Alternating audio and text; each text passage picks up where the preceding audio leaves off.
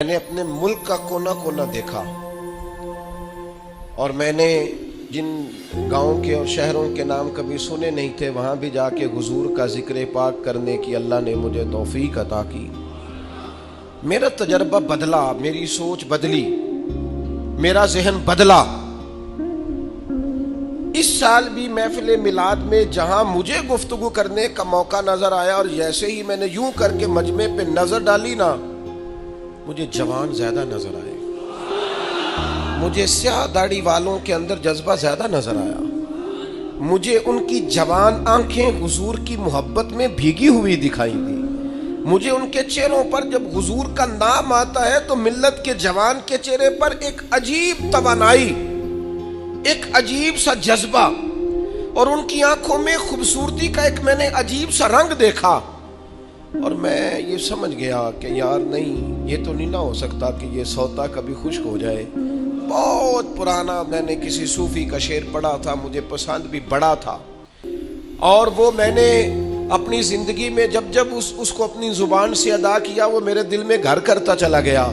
लेकिन अब मैं सिर्फ अपने लिए नहीं कह रहा, अब मैं उन सब जवानों के लिए कह रहा हूँ जो हुजूर की महफिल मिलाद में आते हैं और हुजूर के नाम का नारा अलापते हैं और महबूब की मोहब्बत का तराना कहते हैं और हुजूर की नात पर उनका वजूद हिलता, हरकत करता और झूमता है। उन सब के लिए कह रहा हूँ कि इश्क लगा सी खेड़ा खेड़ दीनू, इश्क लगा सी एवं खेड़ा खेड़ दीनू ते खेड़ा खेड़ दीनू ते फिर मैनू ना वो खेड़ा भुल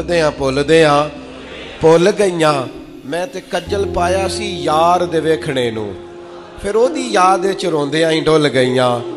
हैदर शाह इस गली कदे ना रुलदी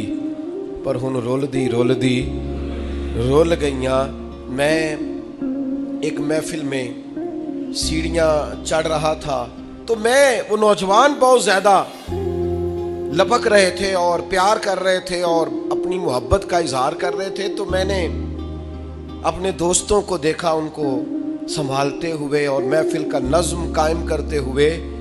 तो एक बुजुर्ग आलिम दीन, जैसे ही मैं उस स्टेज की सीढ़ियां चढ़ गया तो उन्होंने मुझे सीने से लगाया और फिर वो मेरे कान में कहने लगे, ये जो नौजवान नस्ल आती है ना हुजूर का जिक्र सुनने,